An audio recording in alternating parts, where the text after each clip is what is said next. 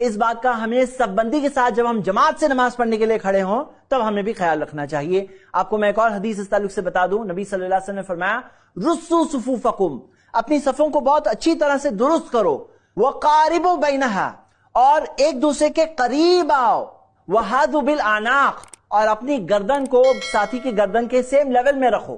مطلب لیول کیا ہوگا؟ سیم. حاذو یعنی لیول سیم رہے. وہاں پہ کیا تھا؟ یلزقو، کندھے سے کندھا ملا دو. یہاں پہ کیا؟ گردن کا لیول سیم ساتھی کی گردن میں، یعنی سارے لوگوں کی گردنیں صف میں سیم لیول میں ہونی چاہیے. وحاذوا بالاعناق فوالذی نفسی بیدہ، اس ذات کی قسم جس ذات کے ہاتھ میں میری جان ہے، اللہ کی قسم میں نے دیکھا ہے شیطان کو کہ وہ تمہاری صفوں کے درمیان میں داخل ہوتا ہے جیسے کہ حذف. حذف کسے کہتے ہیں؟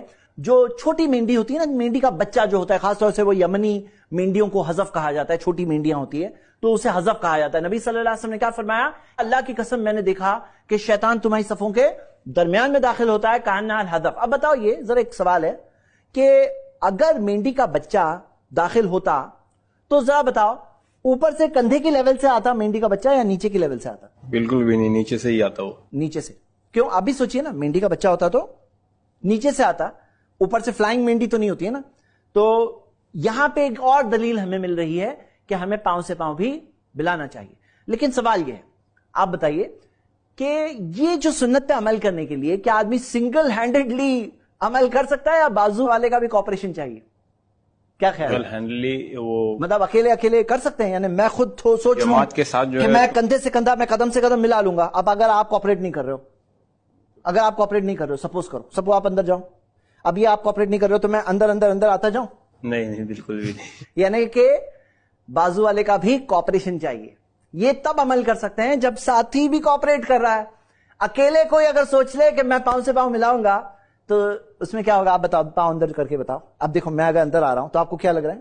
کمفرٹیبل لگ رہا ہے آپ کو یا انکمفرٹیبل، ڈیفیکلٹ فیل ہو رہا ہے؟ ایسے نہیں ہونا چاہیے، کسی کو بھی ہمیں تکلیف میں نہیں ڈالنا چاہیے. تو ظاہر سی بات ہے، آپ کو کیا لگتا ہے ہماری ٹیریٹری کتنی ہے؟ ہماری ٹیریٹری نیچے کتنی ہے؟ بتاؤ کتنی ہے؟ مطلب کتنا میں پھیلا سکتا ہوں آپ کے حساب سے؟ لاسٹ اپنے کندھے تک. یہ کندھا جو ہے نا، یہ دیکھ رہے ہیں نا، یہ نیچے بھی بس. تو اس میں کیا چیز، میں آپ کو کچھ رانگ چیزیں بھی بتانا چاہتا ہوں. ذرا آپ ادھر آ جائیے، ایسے کریے. ہم لوگ تھوڑا ڈائگنلی بتا رہے ہیں آپ کو. دیکھیے یہ جو ہے یہ ہو گیا صحیح طریقہ، قدم سے قدم. اور ایک حدیث میں آتا ہے کابہو بکابہ، ٹکنے سے ٹکنا بھی ایک حدیث میں آتا ہے. آپ دیکھ رہے ہیں ٹکنے سے ٹکنا، میں آپ کو بیکورڈ کر کے پیچھے سے بتاؤں گا انشاءاللہ.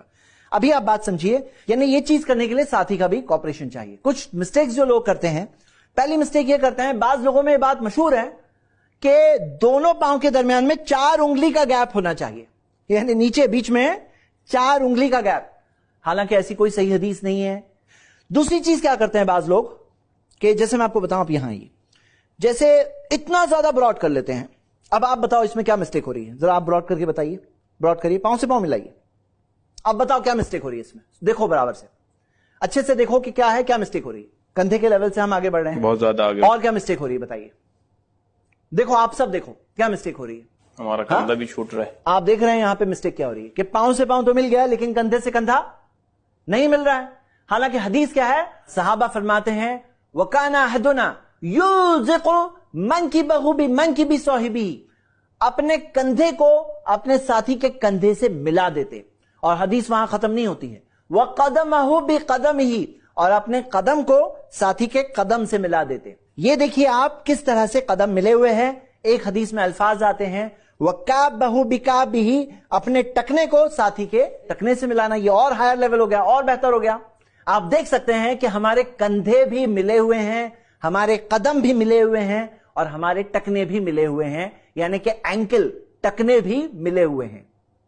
تو میرے بھائی میری بہنیں، اس بات کا ہمیں صف بندی کے ٹائم پر خیال رکھنا چاہیے. یہ ٹریننگ ہے، اور نبی صلی اللہ علیہ وسلم نے بتایا شیطان کو جگہ نہیں ملتی ہے، اور شیطان کس شکل میں آتا ہے. تو اس بات کا ہم سب کو خیال رکھنا چاہیے. یہ چند چیزیں تھیں سب بندے کے متعلق. آئیے میں آپ کو پیچھے سے بھی بتا دوں کہ پیچھے سے کیسے ہوتا ہے. اور آپ دیکھ سکتے ہیں ایکچولی ہم دونوں کی ہائٹ میں ڈفرنس ہے، لیکن پاؤں تو سیم لیول پہ آئیں گے. تو ہم پیچھے سے دیکھتے ہیں. آپ آئیے ادھر. یہاں پر آپ دیکھ رہے ہیں کہ ہم نے قدم سے قدم ملایا ہے، ٹکنے سے ٹکنا ملایا ہے، اور کندھے سے کندھے ملے ہوئے ہیں. آپ ایک بات نوٹس کریں گے کہ جب ٹکنے سے ٹکنا ملاتے ہیں تو انگوٹھے والی جو لائن ہے وہ بالکل سیدھے نہیں ہوتی ہے. یہ چھوٹی انگلی والی جو پاؤں کا سائیڈ ہے وہ بالکل سیدھی ہوتی ہے، قبلہ رخ ہوتی ہے.